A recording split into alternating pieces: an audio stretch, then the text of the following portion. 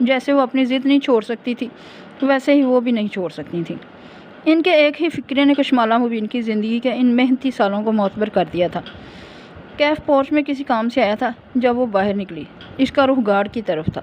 باس، حشاش بشاش سے انداز میں اس نے کشمالہ کو پکارا۔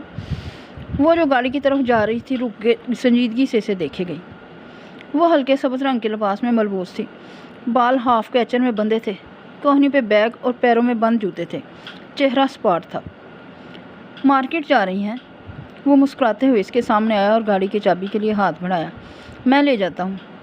کشمالہ نے سبز آنکھوں میں سنجیدگی لیے اسے دیکھا۔ دھوپ اس کے عقب میں تھی اور وہ ہمیشہ کی طرح اس کا سایہ بنا ہوا تھا۔ مسکراتا ہوا، بڑی شیو اور ماتھے پہ بکھرے بالوں والا کیف جمال۔